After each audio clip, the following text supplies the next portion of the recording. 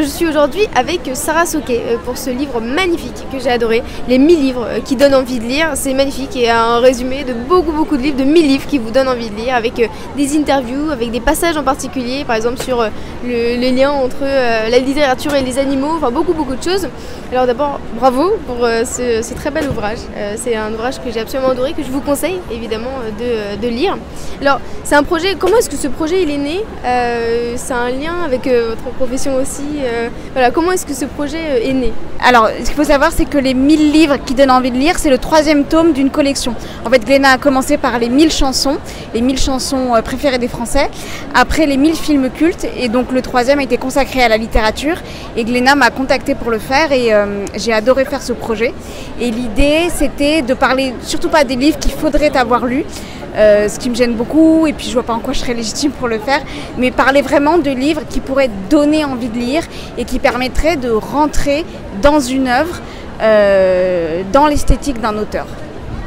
Et est-ce que c'était difficile déjà de faire cette sélection? C'est-à-dire qu'il faut quand même choisir, par définition la littérature c'est quelque chose qui est absolument immense, et dans quelle mesure c'était difficile de choisir les catégories, de choisir les livres à mettre en avant? Est-ce que ça a duré combien de temps? Est-ce que c'était un processus qui était difficile?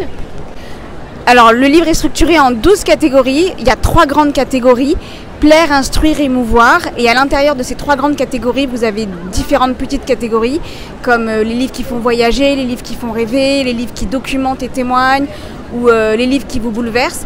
Et étrangement, alors ces catégories-là, je les ai trouvées en quelques jours, ça s'est imposé extrêmement vite. J'aime à croire que c'est peut-être lié à ma formation classique. Voilà, donc ça s'est fait vite.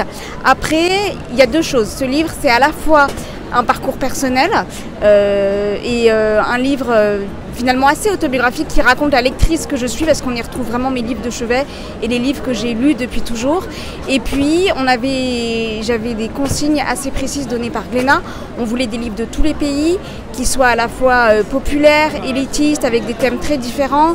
On voulait aborder la science-fiction, plein de genres différents, et en fait aiguillé à la fois par mes goûts et par cette idée de donner envie de lire. La sélection s'est faite au jour le jour, et le livre a demandé plusieurs mois d'écriture.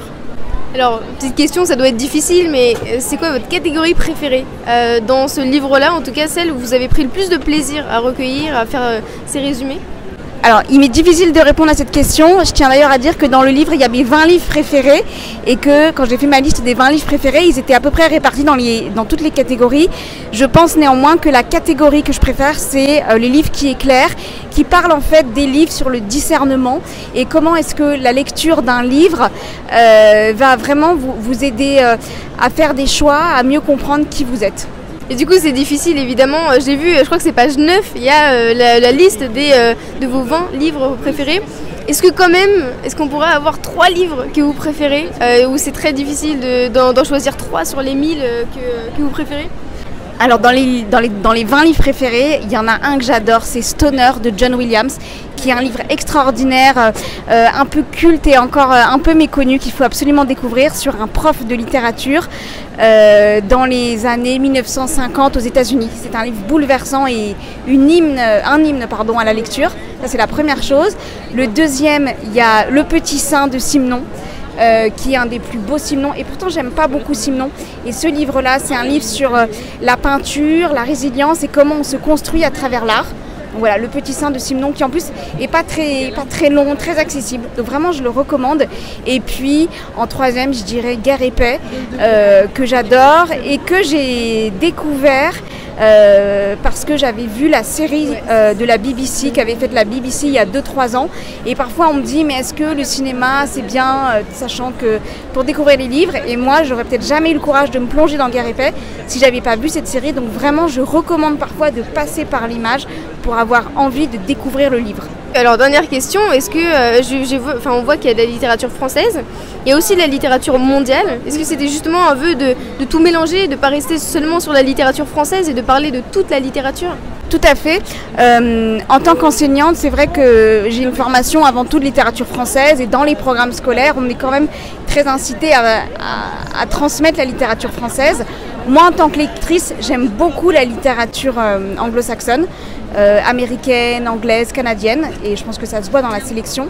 Je suis aussi attachée à la notion de francophonie, par exemple à la littérature suisse ou à la littérature belge. Donc ça, je pense que c'est une sélection qu'on peut retrouver dans l'ouvrage.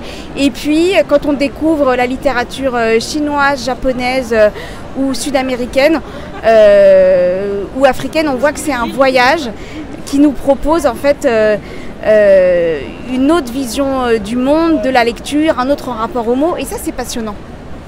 En tout cas, un immense merci de m'avoir accueilli ici, d'avoir permis cette interview. Je vous recommande vraiment de lire ce livre-là, donc les 1000 livres qui donnent envie de lire. Honnêtement, je pense que ça devrait être à chaque entrée de librairie, à chaque endroit où on propose des livres. Comme ça, on ouvre, on trouve un livre qui nous plaît et puis on a tout de suite la réponse. Donc en tout cas, un grand merci. Et puis voilà, lisez absolument ce livre-là. Merci beaucoup, Sarah Soké. Merci beaucoup, Lola.